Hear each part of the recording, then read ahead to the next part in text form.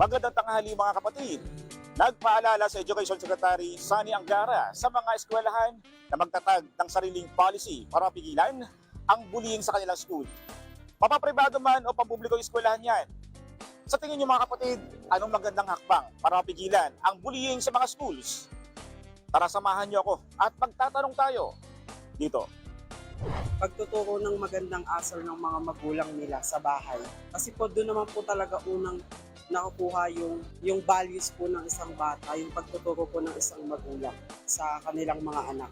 Maging aware na po sa lahat, lalo na po sa mga school na alam po dapat nila kung sino po yung nanggugulo.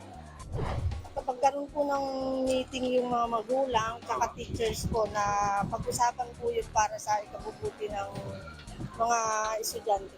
Ipakita po nila o mag-recite po sila ng mga laws para sa kaakibat na kaparusahan. Iwas na lang sila sa mga barkada. Kailangan pag binubuli ka, isumbong mo sa magulang mo para yung masabi rin nila sa eskwela. Kasi pag sa'yo lang sa sarili mo, hindi malalaman ng eskwela, ay araw-arawin ka. Pagsumbong po sa teacher po para maiwasan yung bullying. Ako ang inyong hanin ng bayan, ang tunay at nag-iisang pantanggal umay sa pananghalian.